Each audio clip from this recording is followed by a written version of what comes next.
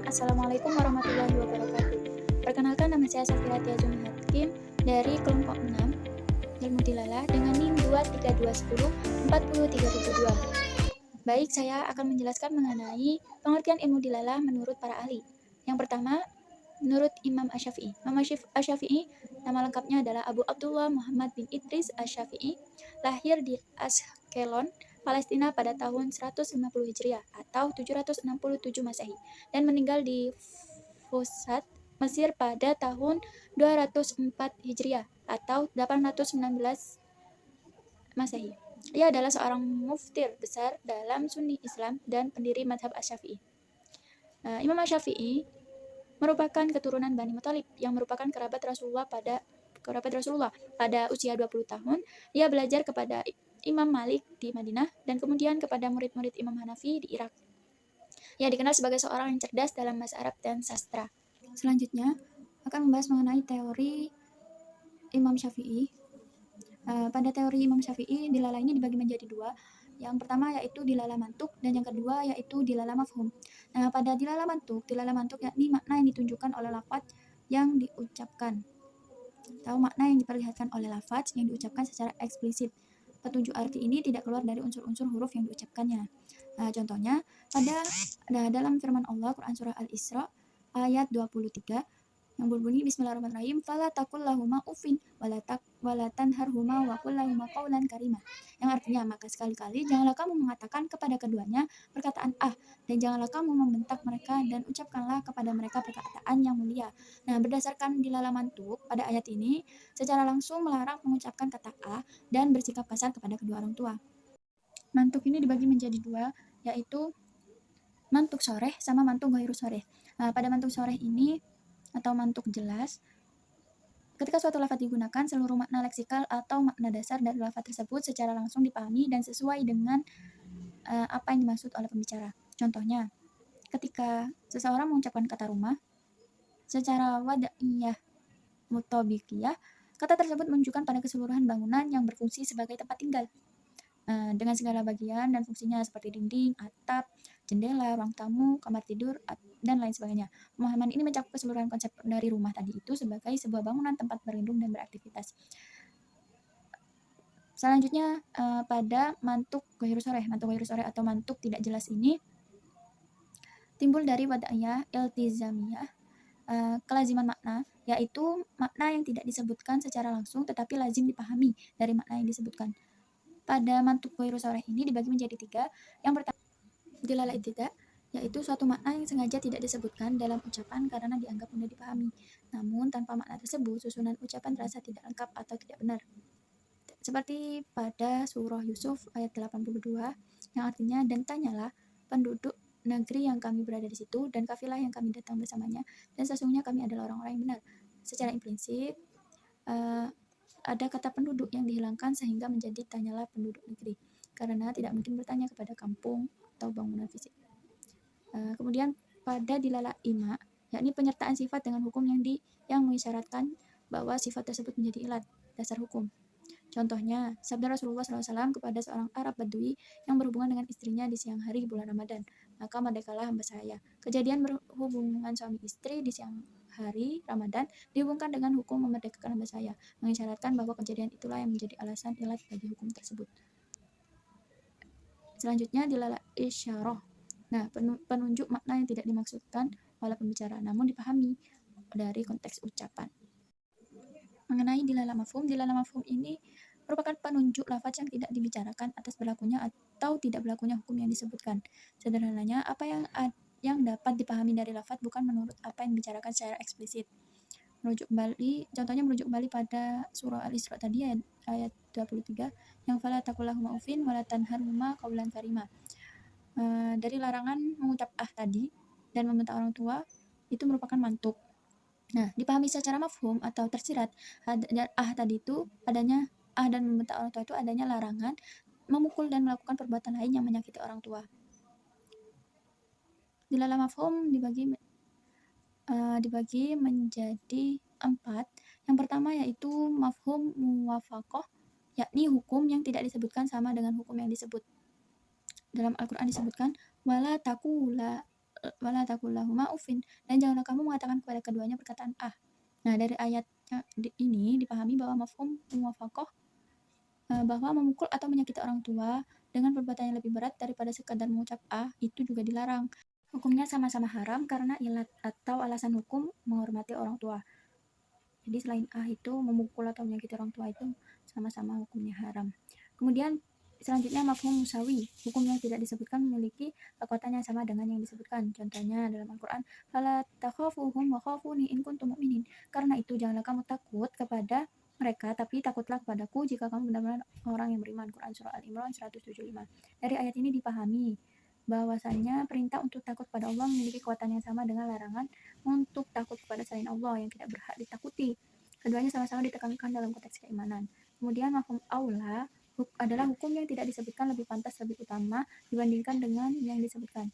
Contoh dalam Al-Quran, sesungguhnya orang-orang yang memakan harta anak yatim secara zalim, sebenarnya mereka itu menelan api dalam perutnya dan mereka akan masuk ke dalam api yang menyala-nyala neraka. Quran Surah An-Nisa ayat 10. Dari ayat ini dipahami mafhum aula bahwa menghancurkan dan menghilangkan harta anak yatim secara zalim tentu lebih haram dan dosanya lebih besar daripada sekedar memakannya. Kemudian mafhum mukhalafah. Nah, pada mafhum mukhalafah ini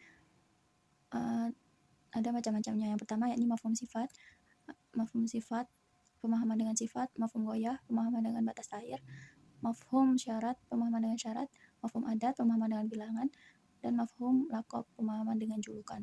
Yang pertama pada sifat, mafhum sifat ini contohnya pada firman Allah surah An-Nisa, dan diharamkan bagimu istri-istri anak kandungmu atau menantu. Mafhum sifatnya adalah istri anak-anak yang bukan kandung seperti cucu sesusuan. Kemudian pada contoh ghoyah, pemahaman dengan batas akhir, contohnya kemudian sempurnakanlah pada ayat Al-Quran, kemudian sempurnakanlah puasa itu sampai datangnya malam. Quran Surah Al-Baqarah 187. Yang disebutkan kan perintah untuk menyempurnakan puasa sampai datangnya malam. Batas akhir malam itu sebagai batas akhir puasa. Mafhum mukhalafah ghoyahnya, setelah datangnya malam maka tidak lagi wajib berpuasa dan tidak diperbolehkan untuk berbuka. Waktu berpuasa berakhir dengan datangnya batas waktu malam. Baik, selanjutnya mengenai mafhum syarat. Di sini mafhum syarat kan menunjukkan syarat untuk berlakunya hukum. Contohnya pada surah At-Talaq ayat 6, dan jika mereka istri-istri yang ditalak itu sedang hamil, maka berikanlah kepada mereka nafkahnya hingga mereka melahirkan kandungannya. Nah, di sini kewajiban memberikan nafkah kepada istri yang ditalak jika mereka sedang hamil. Syaratnya adalah hamil. Nah, si suami itu wajib memberikan nafkah kepada istrinya, istri yang ditalak itu ketika si istrinya itu sedang hamil sampai sang istri itu melahirkan. Jadi di sini konteksnya syaratnya adalah hamil, baru suami ini wajib untuk memberikan nafkah pada istri sampai melahirkan. Kemudian mafhum adat menunjukkan bilangan yang ditentukan. Di sini ada contohnya pada surah An-Nur ayat 2, deralah setiap orang dari keduanya 100 kali dera. Nah, ini menceritakan hukum dera bagi pezina laki-laki, baik laki-laki maupun wanita.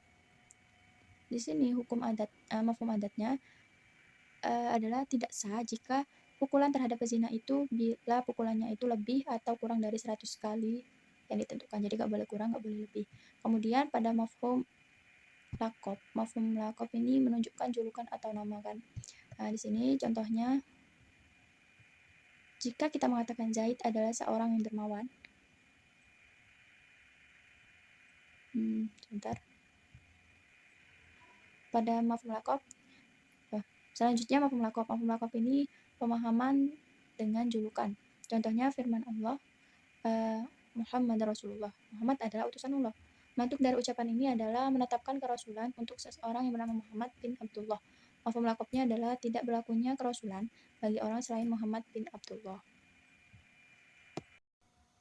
Selanjutnya, menurut Al-Jahiz. Nah, Al-Jahiz ini nama asli beliau adalah Abu Usman Amru bin Bahar bin Mahbub Al-Kitani Al-Alaisi.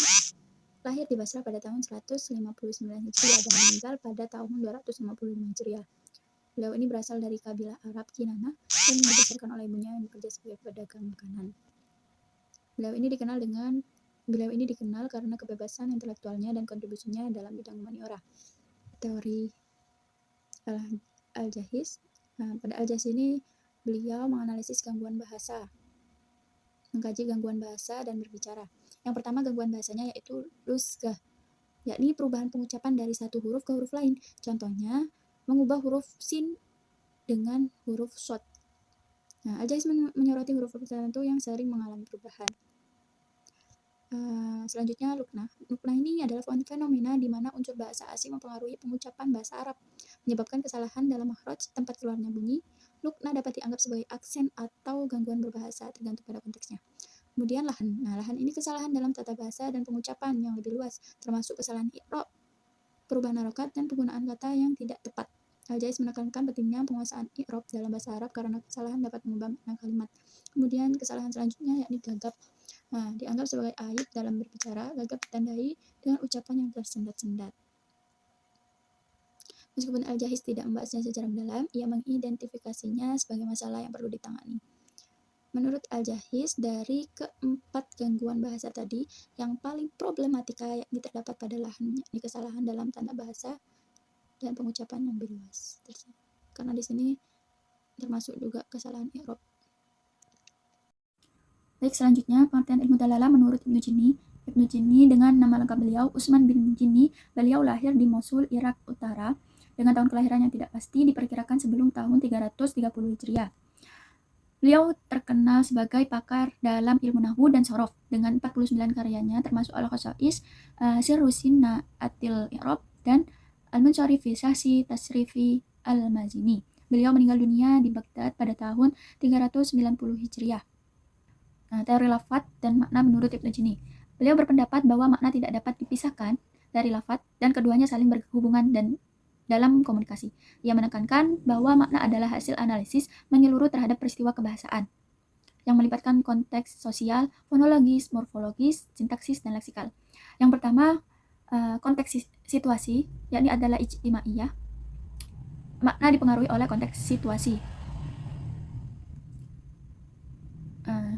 Contohnya, pada syair Al-Walid Ibnu Uqbah bin Abi Mu'ti, Qulna laha kifi qalat qaf. Nah, di sini kami katakan kepadanya berhentilah dan dia menjawab qaf. Nah, qaf di sini tidak dapat dimengerti apa maknanya jika tidak diketahui situasi yang menyertai. Di sini dijelaskan qalat qaf wamsakat bizimami bighairiha. Dia menjawab qaf sambil memegang tali kekang kuda dengan tangan lainnya. Jadi di sini baru diketahui dia mengatakan qaf sambil memegang tali kekang kuda dengan tangan lainnya untuk memberhentikan maksudnya. Selanjutnya pada konteks fonologi, yakni adalah as-sautiyah. Fonologi mengkaji fungsi bunyi dalam bahasa dan bagaimana perbedaan bunyi dapat mengubah makna. Ia menjelaskan bahwa perubahan fonem dalam kata dapat mengubah makna. Contohnya pada kata koma yang artinya berdiri, kemudian qaf di sini dirubah menjadi shod, jadi soma. Nah, ketika fonem ini diganti dari koma menjadi soma, yang koma artinya berdiri, kemudian soma yang artinya berpuasa, dapat merubah makna. Kemudian yang morfologi atau adalah asyarfi, ya, yakni mempelajari struktur dan klasifikasi kata. Ibnu Jinni menyebut adalah asinaiyah. Jadi Ibnu Jinni menyebut asyarfiyah ini menjadi asinaiyah yang dihasilkan dari suatu morfologis dalam kata. Ia menjelaskan tentang morfem bebas dan terikat serta bagaimana perubahan morfologis dapat mempengaruhi makna kata. Contohnya contoh derivasi kata dari fataha menghasilkan berbagai kata dengan makna yang berbeda seperti maftuhun yang artinya terbuka, miftahun yang artinya kunci, yaftahu sedang atau akan membuka, dan fatihun artinya pembuka. Yang keempat yakni sintaksis atau adalah an-nahwiyah. Sintaksis mengkaji posisi dan makna kata dalam kalimat. Ibnu Jinni membedakan antara makna nahwi, grammatical meaning, dan makna jam, lexical meaning. Ia menunjukkan bahwa fa'il, pelaku, dan maf'ul, objek tidak selalu mengikuti aturan gramatikal yang sama dalam penggunaan sehari-hari. Selanjutnya yakni Ibnu Sina. Ibnu Sina yang dikenal di dunia barat sebagai Avicenna. Beliau lahir dengan nama lengkap Abu Ali Husain ibn Abdullah ibnu Al-Hasan ibn Ali ibnu Sina pada tahun 370 Hijriah atau 980 Masehi di desa Afsana. Beliau banyak mempelajari banyak disiplin ilmu termasuk Al-Quran, sastra, logika, kedokteran, fisika, metafisika, dan astronomi. Beliau menguasai ilmu-ilmu tersebut dengan cepat, bahkan pada usia 10 tahun beliau sudah menghafal Al-Quran.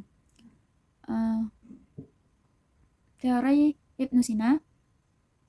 Proses semantik menurut Ibnu Sina menyatakan bahwa proses semantik dibentuk oleh 3 hal. Yang pertama, stimulasi pendengaran, yang kedua, benda fisik, dan yang ketiga, kata-kata indah.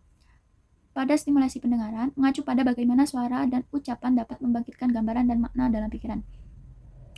Jadi, misal kita mendengar kata kucing. Nah, kata kucing itu ditangkap oleh indera pendengaran kita, lalu direpresentasikan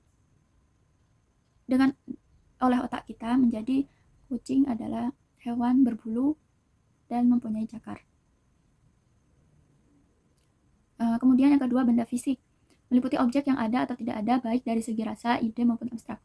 Di sini contohnya ketika kita mengucapkan kata rumah kakek walaupun itu abstrak, tapi kita tahu maksud dari rumah kakek tersebut. Yang ketiga, kata-kata indah, kata-kata yang ditulis dan diucapkan yang dapat menggambarkan objek dengan cara yang menarik. Dalam bukunya yang berjudul Asy-Syifa, Ibnu Sina menjelaskan bahwa manusia memiliki kekuatan sensorik untuk menggambarkan objek eksternal sesuai dengan perasaan dan pikiran mereka. Ia berpendapat bahwa meskipun manusia tidak melihat objek tersebut, mereka dapat memiliki gambaran mental yang sama. Suara. Proses semantik juga melibatkan kata-kata indah yang ditulis dan berasal dari ucapan, dan suara. Ini menyoroti peran bahasa baik lisan maupun tulisan. Contohnya, pada tulisan indah, makan, kemudian tanda seru. Di sini menggambarkan bahwasanya perintah, akan tetapi dengan kata yang lebih halus, indah, makan. Kemudian yang selanjutnya pada kata indah, makan, langsung disambut dengan tanda seru, tidak ada koma. Di sini menggambarkan bahwa perintah akan tetapi kurang dapat dilihat kurang indah, kurang sopan diucapkan. Selanjutnya yakni Al-Jurjani. Abdul Qahir Al-Jurjani yang bernama lengkap Abu Bakar Abdul Qahir Ibnu Abdurrahman Ibnu Muhammad Al-Jurjani lahir pada abad ke-11 dan wafat pada tahun 471 Hijriah di Gorgan, sebuah kota antara Tabaristan dan Khorasan. Ia dikenal sebagai pakar dalam ilmu balaghah, nahwu, dan ilmu kalam, serta bermadhab Asy'ari. Al-Jurjani merupakan salah satu pendiri ilmu balaghah dan banyak menulis karya penting termasuk Dalalah al-Ijaz dan Asrar al-Balaghah. Beliau terkenal dengan teori nazam. Al-Jurjani mengemukakan bahwa lafaz atau kata adalah wadah bagi makna, dan struktur kalimat yang berbeda akan menghasilkan makna yang berbeda. Ia menekankan bahwa perubahan dalam urutan kata akan mempengaruhi makna yang disampaikan. Contoh yang diberikan menunjukkan bagaimana variasi dalam susunan kalimat dapat mengubah interpretasi makna, yang menegaskan pentingnya struktur dalam bahasa. Pengertian makna menurut Jurjani, beliau membagi pengertian makna menjadi 3. Yang pertama, makna leksikal, yang kedua makna gramatikal, dan yang ketiga makna metaforis. Yang pertama, makna leksikal. Ia berpendapat bahwa bahasa terdiri dari sejumlah hukum positif, baik pada tataran leksikal maupun gramatikal. Kata-kata adalah tanda yang mengacu pada makna parsial dan individual. Dan untuk mencapai kefasihan, kata-kata harus terhubung dalam struktur yang lebih besar. Kemudian makna gramatikal. Al-Jurjani mengembangkan teori nazam tadi yang mengaitkan makna gramatikal, al-makna an-nahwi, dengan makna kontekstual. Ia menekankan bahwa makna struktur tidak hanya dilihat dari karakteristiknya, tetapi juga dari interaksi antara tanda dan makna dalam konteks. Yang terakhir, makna metaforis, yang membedakan antara hakikah, makna asal, dan metafor, peralihan makna. Metafor terjadi ketika makna dasar dialihkan ke makna lain untuk memperluas pemahaman. Al-Jurjani mengakui bahwa penggunaan metafor dapat terjadi dalam kosakata maupun kalimat, tergantung pada konteks. Al-Jurjani menganggap bahwa bahasa dan pikiran memiliki hubungan yang erat, mirip dengan hubungan antara kata dan makna. Ia mengibaratkan hubungan ini dengan kehidupan dalam tubuh yang hidup, menunjukkan bahwa kapasitas berbahasa berkaitan erat dengan kapasitas berpikir. Secara keseluruhan, kontribusi Al-Jurjani dalam teori bahasa dan makna memberikan wawasan penting dalam studi linguistik dan retorika, serta menekankan pentingnya struktur dan konteks dalam memahami bahasa. Baik, mungkin cukup sekian penjelasan dari saya. Kurang lebihnya mohon maaf. Syukran kasiran. Wassalamualaikum warahmatullahi wabarakatuh.